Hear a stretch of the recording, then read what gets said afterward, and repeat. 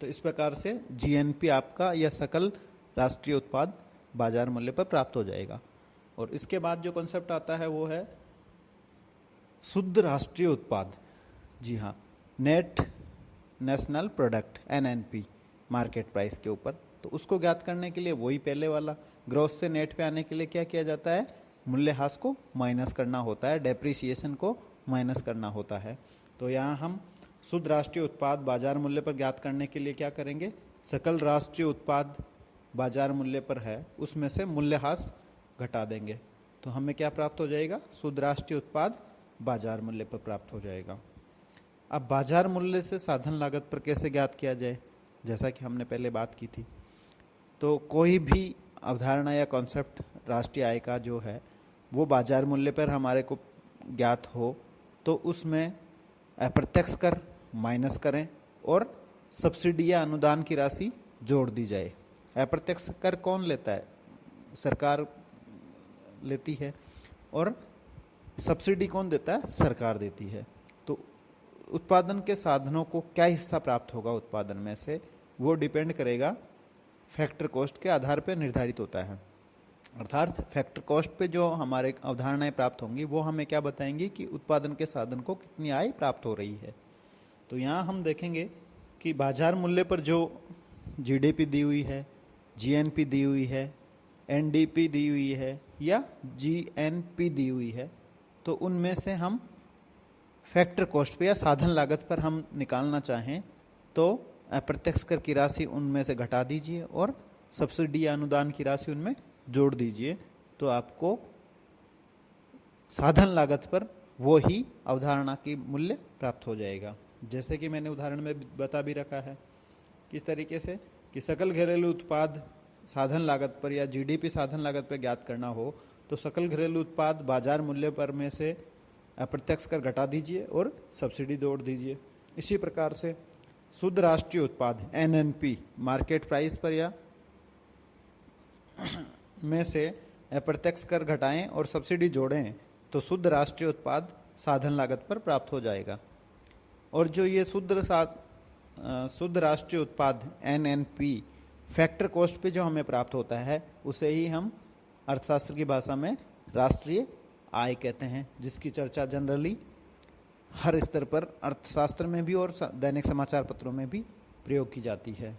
तो आप समझ गए होंगे कि राष्ट्रीय आय का मतलब शुद्ध राष्ट्रीय उत्पाद साधन लागत पर से होता है। और जिसको ज्ञात करने का तरीका हमने देखा कि शुद्ध राष्ट्रीय उत्पाद बाजार मूल्य में से अप्रत्यक्ष कर घटा दिया जाए और सब्सिडी अनुदान की राशि जोड़ दी जाए तो शुद्ध राष्ट्रीय उत्पाद साधन लागत पर ज्ञात हो जाता है और यही हमारी राष्ट्रीय आय है। इसके बाद हम बात करें कि व्यक्तिगत या निजी आय, या इसको अंग्रेजी में कहा जाए तो पर्सनल इनकम, वो कैसे ज्ञात की जाती है। तो राष्ट्रीय आय में से जो एनएनपी एट फैक्टर कॉस्ट होती है, शुद्ध राष्ट्रीय उत्पाद साधन लागत पर होता है, उसमें से आप अप्रत्यक्ष संस्थागत करों को निकाल दिया जाए, घटा दिया जाए और निगम कर को घटा दिया जाए, अवितरित निगम लाभ को घटा दिया जाए और सामाजिक सुरक्षा प्रीमियम भुगतानों को घटा दिया जाए, तो जो राशि प्राप्त होगी उसमें अन्य हस्तांतरणीय आयों को जोड़ दिया जाए।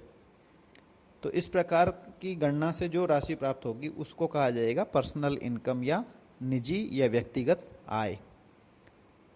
अब इसमें क्या है कि जो आय व्यक्तियों को खर्च करने के लिए उपलब्ध होती है या जो आय व्यक्तियों के प्राप्त होती है उस आय की गणना हम यहाँ कर रहे हैं। तो इसके लिए क्या होगा, राष्ट्रीय आय में से वो हिस्सा जो टैक्स के रूप में कंपनियाँ गवर्नमेंट को चुकाती हैं, इनडायरेक्ट टैक्स हो सकता है या निगम कर के रूप में डायरेक्ट टैक्स हो सकता है, या फिर प्रीमियम के लिए सोशल सिक्योरिटी के लिए जो वो प्रीमियम चुकाती हैं तो उनका भुगतान हो गया, या जो अवितरित लाभांश होता है अनडिस्ट्रीब्यूटेड कॉरपोरेट प्रॉफिट्स होते हैं उनको वो कंपनियां अपने विकास के लिए या विस्तार के लिए यूज करती हैं तो उनको वो पब्लिक को भुगतान नहीं करती हैं, तो उसको भी अपन माइनस कर सकते हैं। इसके अलावा व्यक्तियों को बहुत सारे ट्रांसफ़र पेमेंट्स प्राप्त होते हैं गवर्नमेंट की तरफ से और अपनी पुरानी नियोक्ताओं की तरफ से, जैसे कि पेंशन का पैसा हुआ या कोई और बेनिफिट हुआ, ग्रेच्युटी हुई। तो इस तरीके के जो भुगतान ट्रांसफ़र पेमेंट्स होते हैं जो आपको उस वर्ष में किए गए कार्यों के लिए प्राप्त नहीं होते हैं बल्कि पूर्व में किए गई सेवाओं के बदले में या फिर मुफ्त में कोई धनराशि प्राप्त होती है। तो इस तरीके की धनराशि को जोड़ा जाता है, तो उससे जो प्राप्त होती है वो होती है निजी आय या पर्सनल इनकम। अब इससे आगे एक और कॉन्सेप्ट आता है, वो होता है निजी खर्च योग्य आय, जिसको पर्सनल डिस्पोजेबल इनकम कहते हैं। पर्सनल डिस्पोजेबल इनकम, तो व्यक्तिगत खर्च योग्य आय। निजी खर्च योग्य आय में से जो आपकी निजी आय प्राप्त हुई अभी पूर्व कॉन्सेप्ट में, उस निजी आय में से यदि डायरेक्ट इनकम टैक्स को घटा दिया जाए तो जो आय प्राप्त होगी वो बचेगी, वो शेष रहेगी, वो आय कहेगी निजी खर्च योग्य आय या personal disposable income. Personal disposable income का क्या किया जाता है, ये व्यक्ति के हाथों में बची हुई खर्च करने की स्थिति वाली इनकम होती है, जिसको वो चाहे तो खर्च कर सकता है, चाहे तो उसको कहीं इन्वेस्ट करने के लिए बचत कर सकता है। तो जो पर्सनल डिस्पोजेबल इनकम होती है उसका दो पार्ट बनेंगे, एक आपका कंजम्पशन में जाएगा, एक आपका सेविंग या इन्वेस्टमेंट में चला जाएगा। और यहाँ जो इनकम का जो कॉन्सेप्ट होता है वो समाप्त होता है। इसके अलावा एक कॉन्सेप्ट आप अपन देख सकते हैं कि पर कैपिटा इनकम कितनी है, पर कैपिटा डिस्पोजेबल इनकम कितनी है, या पर कैपिटा पर प्राइवेट इनकम कितनी है। तो वो हम किसी देश की प्राइवेट इनकम होती है उसमें, या पर्सनल डिस्पोजेबल इनकम होती है उस देश की जनसंख्या का भाग दे करके, और पर कैपिटा पर्सनल इनकम या per capita personal disposable income ज्ञात कर सकते हैं। इसके बाद अंतिम में एक और कॉन्सेप्ट जो भारत में भी यूज किया जा रहा है 2015 से, वो है जीवीए। जीवीए क्या है, ग्रॉस वैल्यू एडेड, अर्थात सकल मूल्य संवर्धन या मूल्य वृद्धि। तो ये क्या है कि उत्पाद विधि के द्वारा जब राष्ट्रीय आय का अनुमान लगाया जाता है तो उसमें उत्पादन के प्रत्येक स्तर पर जो मूल्य वृद्धि हुई है उसका जोड़ करते करते अंतिम वस्तु तक का मूल्य प्राप्त कर लिया जाता है। इसमें क्या है कि उत्पादन के दृष्टिकोण से राष्ट्रीय आय का अनुमान लगाने में बहुत ही महत्वपूर्ण ये विधि है।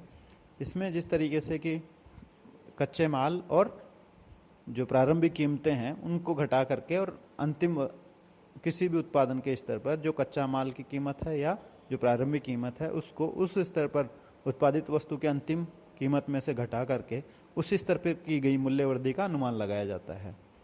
तो इससे उत्पादन के हर सेक्टर में कितना उत्पादन हो पा रहा है और उसका मूल्य या उसकी वैल्यू कितनी है उसका अंदाज लगाना आसान हो जाता है। और इसके आधार पर किसी सेक्टर को स्टिमुलस की या जिसको प्रोत्साहन की कितनी ज़रूरत है इसका अनुमान लगाना आसान होता है। जबकि जो जीडीपी एट मार्केट प्राइस हम कैलकुलेट करते हैं वो उपभोक्ताओं के दृष्टिकोण से हमें किसी देश की आय या उत्पादन का अनुमान लगाती है।